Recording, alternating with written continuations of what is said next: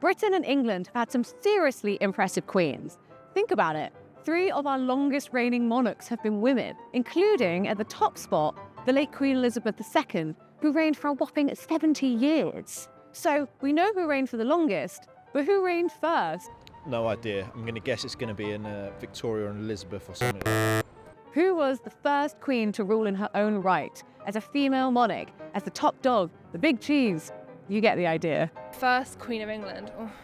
I'm taking most of my knowledge from Game of Thrones here. Queen of England, eh? Let's find out how much people know about their female monarchs and see if anyone can help me figure out once and for all who was the first ruling Queen of England.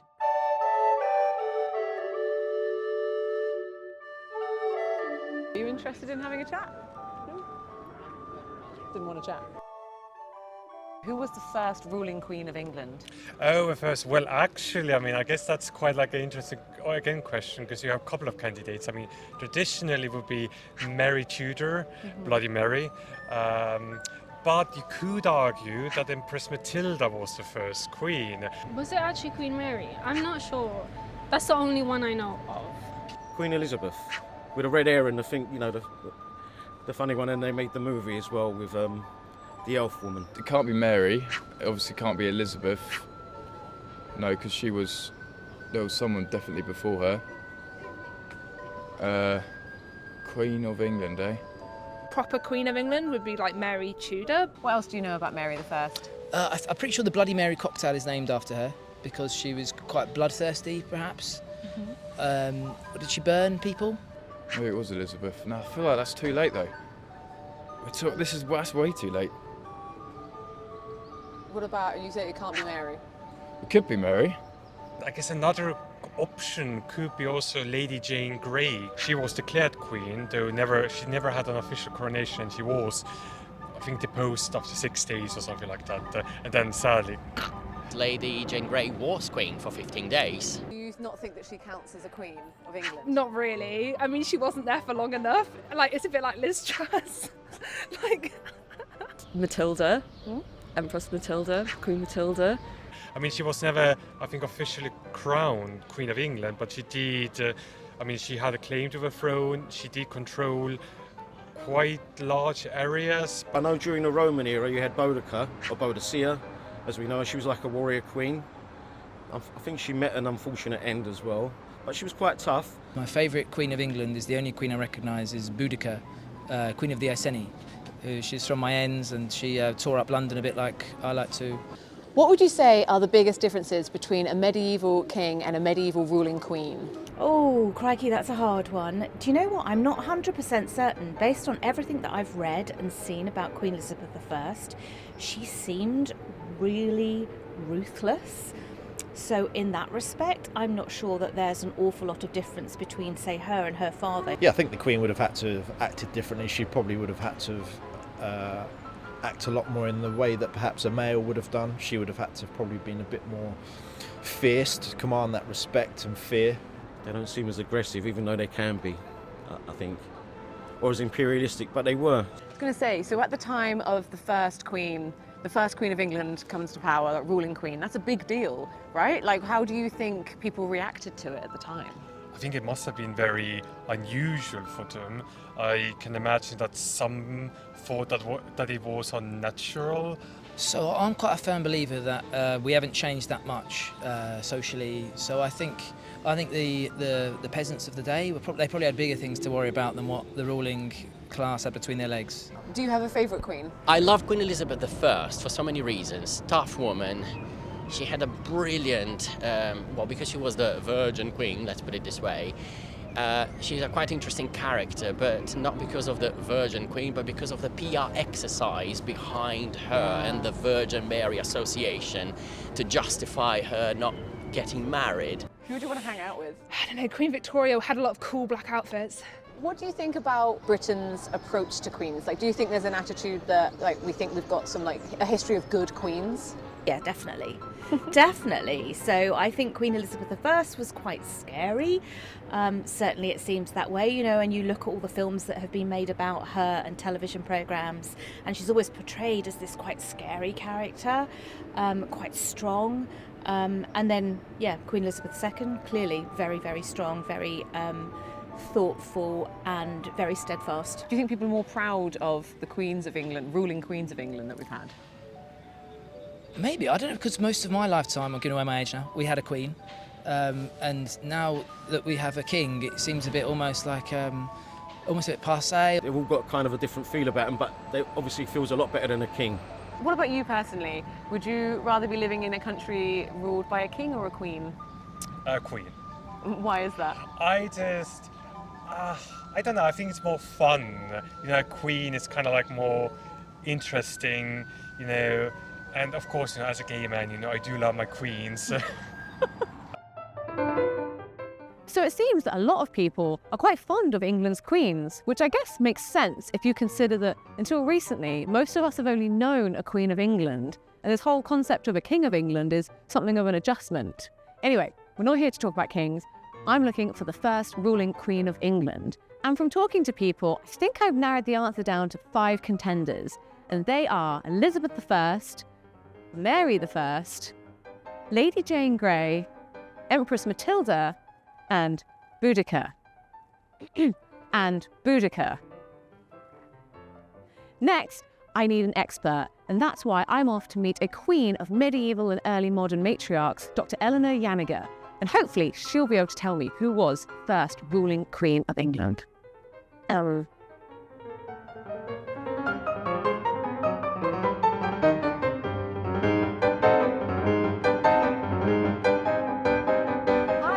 Great to see you. Louise, thank you for coming. Right, I'm hoping that you can help me figure out who the first Queen of England is. But first of all, I mean, don't get me wrong, love a trip to the pub, but why are we meeting here? Okay, well, first of all, this is my natural environment, so have some respect. But no, this is a really important pub, especially when we're talking about Queens of England. So this is the Old Mitre, and it is in Ely Place, technically Cambridgeshire, fun fact. But it's connected to the history of the Queens of England because right in the corner of these windows here, you have a pillar that is made out of an old cherry tree, and allegedly Elizabeth I and Sir Francis Drake danced around it most flirtatiously at a point in time. So it's one of London's oldest pubs and one of my faves. Wow, this is the perfect place to come to talk about Queens of England then. Absolutely. Brilliant. So my first question is, like, there are loads of queens in English and British history, but only some of them sort of rule. Like, what do we mean by ruling queen? You see, this is the thing. There's all kinds of ways to be a queen. You can be a queen consort, which means that you're married to the king. You can be a dowager queen, which means that your husband is now dead and you're kind of like the mum. Or you can be a queen regnant. And so a queen regnant is one who's actually ruling in her name and controlling the country. So is the queen regnants that are the ones with the real power? Does that mean that queen consorts never had any power at all? Oh yeah, like let's not go that far. They definitely have tons of power. So for example, one of my very favorite queens, Eleanor of Aquitaine, is technically a queen consort at some points in time and then a dowager queen. But when Richard the Lionheart, her son, is on crusade, she's ruling in his name. They would also rule, say, if their husbands were incredibly unwell and unable to rule, they would make decisions in their stead. So it's not uncommon to see queens who are wielding real power, but it's just that you can't call them a queen regnant because the power is kind of derived through other sources. Okay, so it would be naive to say or to think that queen consorts are just sort of sat back being a queen enjoying leisurely life. Like some of them were really actively involved. Oh, absolutely. And you know, queen consort is a real job with real political power, and you wield a lot of social or what we call soft power a lot of the time. So you'll be the person who mediates between the king and the church or the people and the king. You have real ceremonial power, and they will invest a lot of money in communities, a lot of money in the church. They're wheeling and dealing on a really serious level. Are there any examples of queens, either consorts or regnants, like actually leading battles, especially in medieval times? Or is that just something they couldn't really do? Oh, well, I mean, Eleanor of Aquitaine does that. When she goes on crusade with her first husband, Louis, the King of France, she is the head of her own contingent of soldiers from Aquitaine. So, you know, that is certainly something that they would do. The queens also show up on the battlefield very commonly, often alongside their husbands. You know, you got to understand that a lot of the time for medieval purposes, your husband isn't necessarily going to be out there in the fray. You know, it isn't unusual for women to be around battlefields and to also be, you know, putting their 2 cents in. Okay, so with queen regnants, the ruling monarchs, female ruling monarchs, how do they become queens? Like, is it enough for them just to be proclaimed a ruling monarch? Okay, so theoretically, there is a system, right, wherein somebody dies and you have been made queen. Yeah. So the next thing that needs to happen, first they're going to proclaim that you were the queen, and then you need to go and be crowned. For us in England, that means not just being crowned, but being crowned specifically at Westminster Abbey. Okay. Like ever since Edward the Confessor founded it, that was the place that English kings show up. And this is a really important ceremony, not just so that everyone can see who is queen around here, but it's also a religious thing. So in theory, the reason that you are king or queen is because God has ordained that you are such. In the later kind of early modern period, we'll call this the divine right of kings. Okay, so it's not enough just to be proclaimed queen or even king, if we're talking about kings as well. You have to have that coronation, which is kind of like the approval from God. It's like being verified on social media. You can't just call yourself ruling queen of England. You need that blue tick, which is the coronation, to make it official. Yeah, no, that's exactly right. You know, you can't just, anyone can show up and be like, hey, what's up guys, I'm the queen. But unless you have these series of things happen, it's not going to work.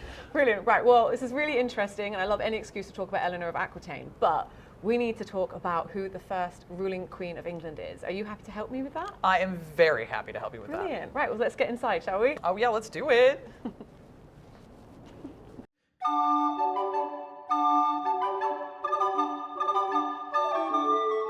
Right, Eleanor. So we've been out and about and we've been asking people who was the first ruling queen of England. Okay. And we've narrowed it down to 5 contenders. We've got Elizabeth I, Mary I, Lady Jane Grey, Empress Matilda, and Boudica. Oh, these are 5 good ladies. Yeah. These are 5 ladies near and dear to my heart, so I'm very excited about that. Brilliant, you ready to get into it then? Oh yeah, let's go. Cool, right, so the first lady we're going to talk about, Elizabeth I. Now, she was really popular. Like, a lot of people said Elizabeth I. Like, why do you think so many people named her? Not only is she a queen, but she's a queen that reigns for an incredibly long time. And she's associated with all these things that are incredibly important to us in a cultural way, like Shakespeare or, just even the Church of England, this real final and reassertion of it as being important and Protestant. So, she's an easy answer because she just kind of springs to mind. Yeah, she's got some great paintings as well, right? Oh yeah. We've all seen the paintings. You go to the National Portrait Museum, she's got some real bangers in there. A woman who understood how to hold the public imagination, right? Yeah. And she could do it then, and so she still does it now. Like, that's how these things work. So Elizabeth I, very cool queen in many ways, but can she be called the first ruling queen of England? No. Let me expand. I mean, the trouble is, if you're to get to Elizabeth I, you have to go through her sister Mary. Yeah. She inherits the crown from her sister Mary. Okay. So there's no way of getting there without also talking about Mary, who was definitely also the queen. So it's cute. Thanks for all the plays, Lizzie. We love you, but that's going to be a no from me. Okay, she's gone. Looks great, but off she goes. Only time she's ever been told no in her life, so it's fine.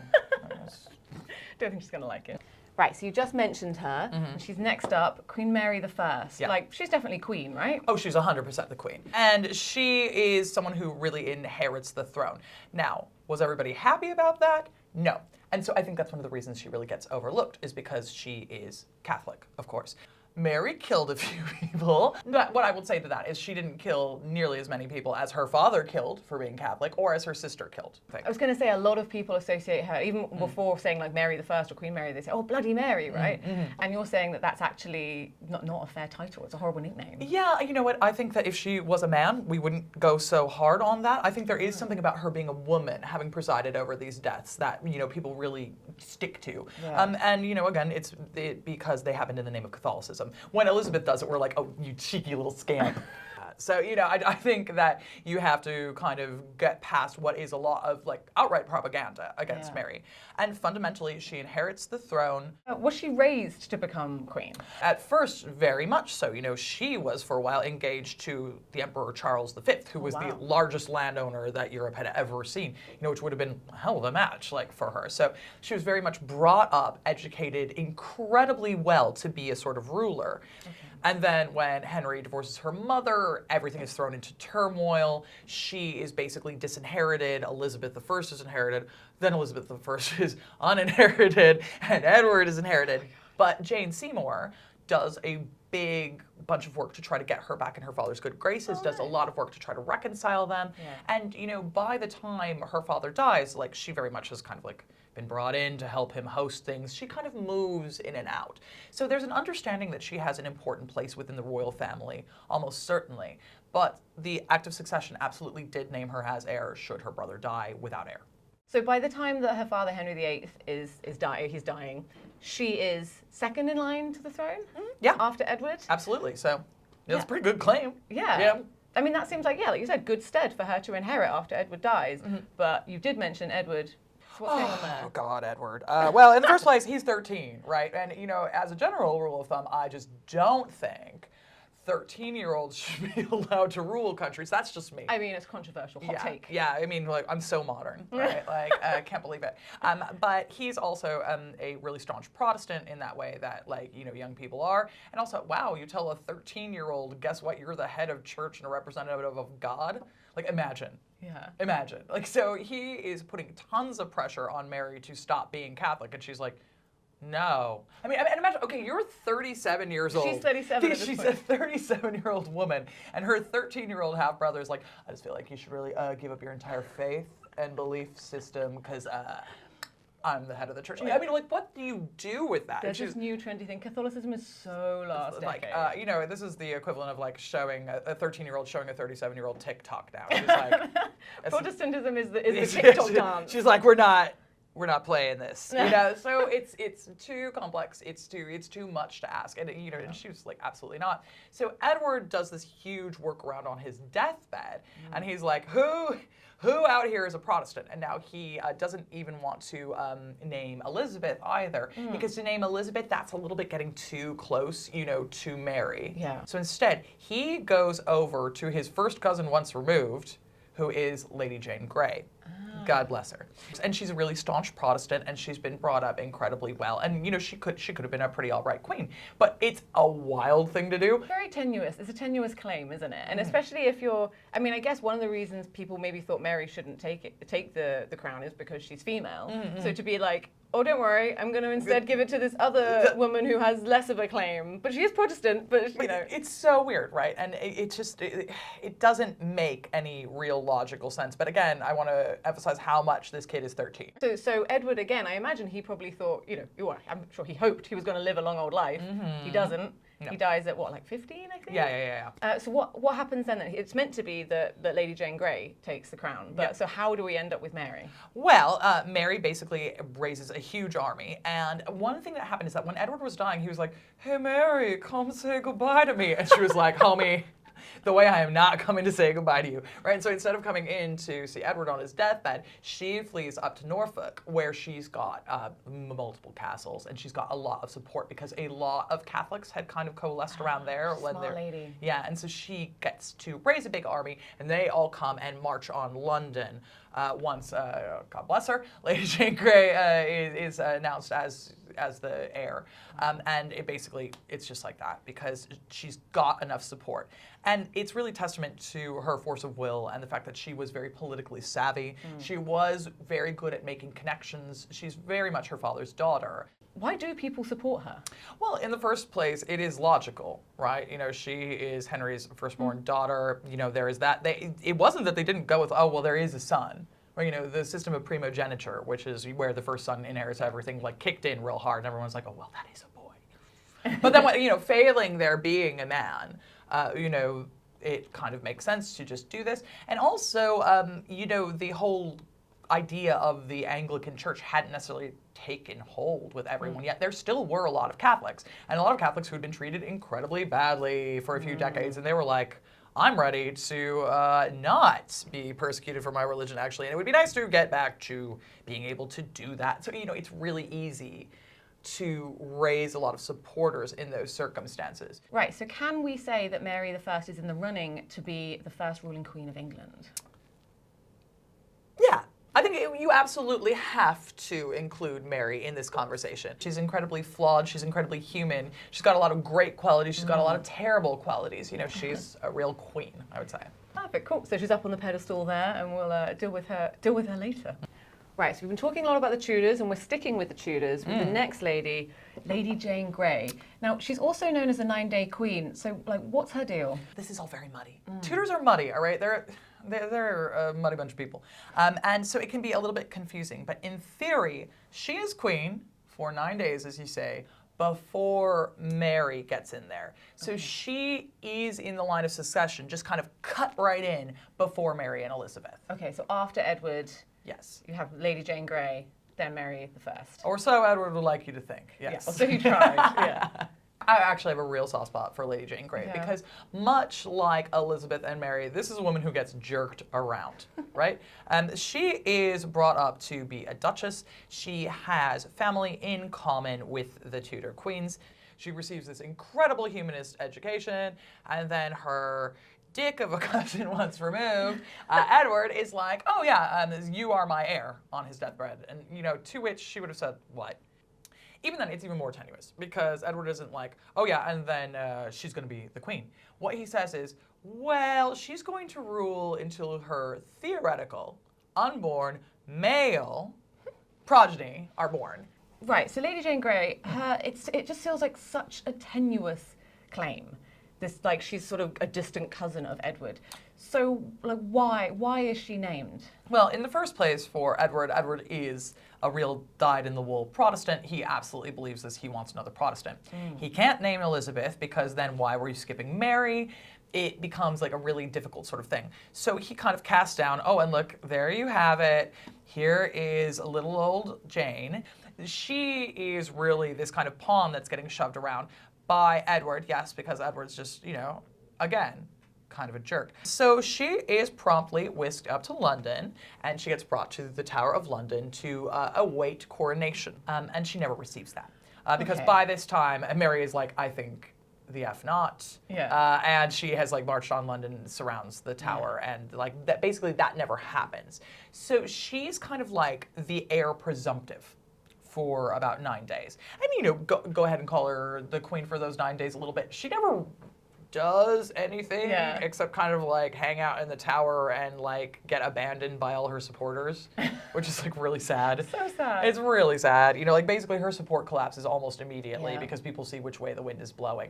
It was such a tenuous way of doing things on Edward's part that she never really receives the kind of support that you would need in a fractious situation like this. How old is she when all of this is happening? She's 16, so she's only like a year older than Edward was when he died.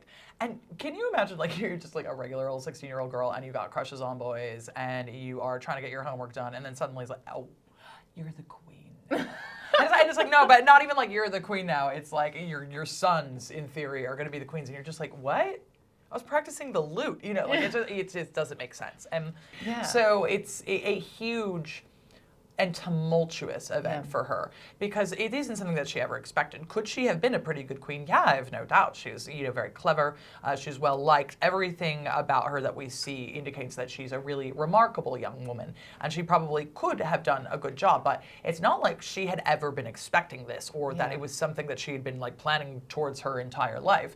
This is just something that comes out of nowhere for her. She gets taken up to the tower, and you know, that's when things kind of get really sad because a lot of her supporters abandon her. They see which way the wind is blowing. They realize how many people Mary's been able to raise in order to press her claim, and everything just kind of falls apart. Mary shows up outside of London with just thousands of men, and it's just kind of all over for her. She eventually is just like told she has to step aside and like knock that off. But she's killed the next year, like all this goes down in July, and she's killed the next year in February because it's just kind of deemed as too much of a risk for Mary, which is a real shame because none of this was her fault. It's just a bunch of men scheming and really using her body. If you think about it, none of this is about her. This isn't like a feminist go girl story. This is about her potentiality to birth sons. So, what do you reckon? Could she be a finalist for the first ruling queen of England? To me, she's not, but because she is kept from ever ruling. You know, she never, like, my girl here never makes a decree. You know, she's never, like, checked in on the taxes. She never gets a chance No. to actually be queen. Yeah, and it's, you know, she's not crowned. She doesn't ever move things around. So it's very sweet to call her the 9 days queen, and I think that it's nice to kind of acknowledge her. But as a result of the fact that 9 days is a really finite amount of time, she never gets to do any of those queenly things. So I don't think that it really counts. Okay, all right, I'll let you do the honors then. Bye, Go the way of Elizabeth I. I feel bad. Right, we are finally leaving the 16th century. We're going back to big medieval monarch, Empress Matilda. That's my girl, though. That's my girl, though. Oh, I love Matilda. Right. So her title is Empress. I feel like that's a bit of a giveaway. Like, was she a queen? She was an empress, and like, girl marries well. So she marries the Holy Roman Emperor. And this is like top of the stakes in medieval Europe, right? The Holy Roman Emperor controls like what is now Germany, what is now the Czech Republic, the north of Italy, bits of France. It's like, that is like winning. Wow. And she's crowned the Empress in Rome. You know, she really kind of is part of one of the most important ruling dynasties in Europe. So this girl, like, gets it. She understands what power means. She is brought up in the most high echelons of what it means to rule. Yeah. She's not supposed to be the Queen of England, though. She's got brothers, right? Unfortunately, they die. Right? And so her emperor husband dies in the first place, and it's kind of like, oh. You know, like, so that's like, it's not a great thing. And she was like, I am the empress? And everyone was like, girl, no. And she's like, okay, yeah, fair enough. Fair enough, you know. And then her father calls her back to court in Normandy. You've got to understand that at this point in time, the kings of England are also the dukes of Normandy, and Normandy has got more money than England. So off she goes to court, and her dad is like, okay, well, we need to sort out what succession is going to be. Matilda's going to be left. So he calls all of the barons and says, you need to swear fealty right now to Matilda, because Matilda is my heir, and Matilda is going to be the Queen of England. But she is basically said that she's going to be the next queen. So she's like, all right, right you are. Like, I'm ready. I'm absolutely ready. Yeah. Unfortunately, her uncle, Stephen, is a noted douchebag. And the minute her father dies, she's like, all right, well, here we go, stepping up. It's time to be queen. Her uncle's like, no, I'm the king. Wow. Yeah, no, I'm the king, actually. Okay. And it's like, well, where did that come from? Because I seem to remember you swearing allegiance and fealty to me along with every single baron. Where does it come from? Why does Stephen feel like he can just swoop in? Because of sexism. Oh, okay. You know, like, I mean, not to put too fine a point on it, but, you know, 100%, it just, like, it exists now. It absolutely existed in the medieval period. Yeah, so. This is the thing, right? So Matilda has an amazing claim. She's literally named heir. Her father names her heir, has the nobles, like, pledge allegiance to her as the heir, right? And it's unlike Lady Jane Grey, where was she over there? Yeah. Unlike Lady Jane Grey, she's got experience as well. She's been empress over mainland Europe. Like, she's got the experience. She's kind of perfectly lined up to do it, really. Oh God, yeah. Like, there are few people who were better suited to this position, and she certainly had more experience than Stephen did. All that Stephen had was the right junk. You know, that's all. So tell me more about when Henry I dies. Why isn't it? Why isn't Matilda rushing to England like Stephen to stake her claim? Well, in the first place, she wants to secure the bag, right? And the bag is Normandy. Okay, because Normandy is actually like pretty wealthy. Oh, incredibly so. Like, it's very, very wealthy, and also the kings of France are always like, you know, they're just having a look. They're like, you know, kind of poking it, being like, is it secure? Is it? I don't know. I was just looking. You know, they're always kind of looking at it. So you don't want to lose Normandy, and so she wants to make sure that she secures that, and it, you know, is dicey, but that's the one that you keep because that's where the money is, right? So keep that first. And then when she gets that secured, she leaves her husband there, and she says, watch Normandy for me. She leaves her husband at home, and she sails off to England.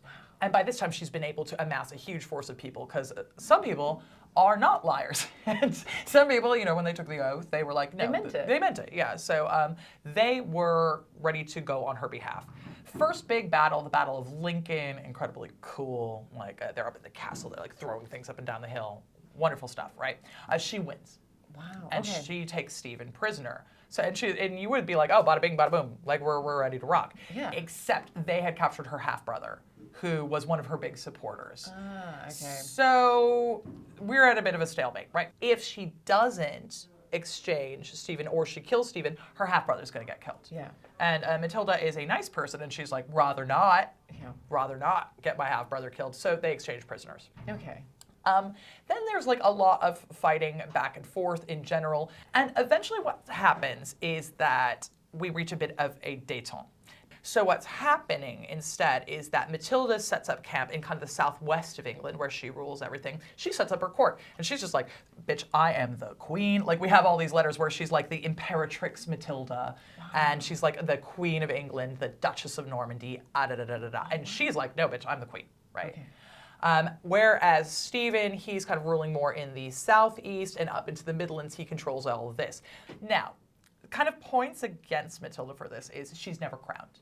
You know, so as I was saying, like coronation is this really important bit, and she tries it. Like she gets to London and she gets to Westminster Abbey and she tries it on, but a bunch of sexist people decide to have like a big riot about it outside, and so she kind of has to run off without ever being crowned in Westminster, which is kind of the thing, right?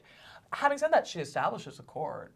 She is ruling parts of England, absolutely. And if people weren't liars and sexist jerks, like none of this would have happened. Like this is a story about how men are crap, right? Like that's what it is. Like she's an incredibly with it and together woman, right? Like that's the only reason that any of this happens. And her claim is so good that, you know, eventually she kind of goes back to Normandy because, like, again, secure the bag, like 100. But by this time she's given birth to her son Henry, and Henry stays in England to kind of press her claims. And here's the thing, her claims are so good, and Stephen, still childless, like just wilding out, not like no kid. Come like, on, Stephen. yeah, and Stephen is like, Henry's my heir, all right? Henry's my heir. And So he names Matilda's son the heir.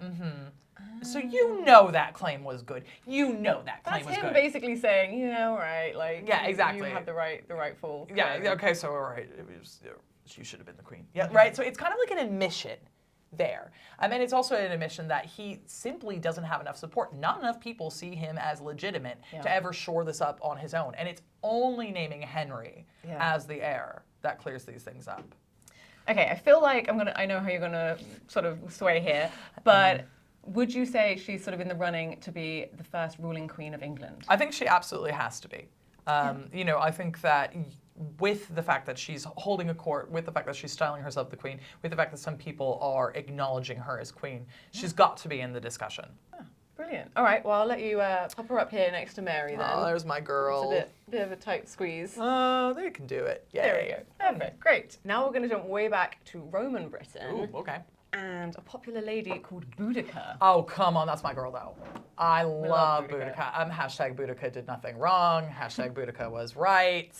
Hashtag justice for Boudica, etc. Yes. Get them all started. 100%. So, I mean, but the big question is, like, was she actually a queen?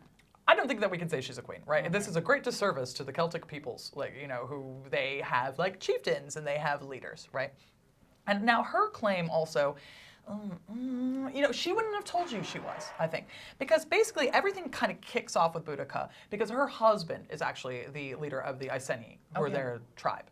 And then he is sort of like a friendly client of the Romans. And on his deathbed, he says, well, I'll leave my lands jointly to the Roman Empire and my 2 daughters.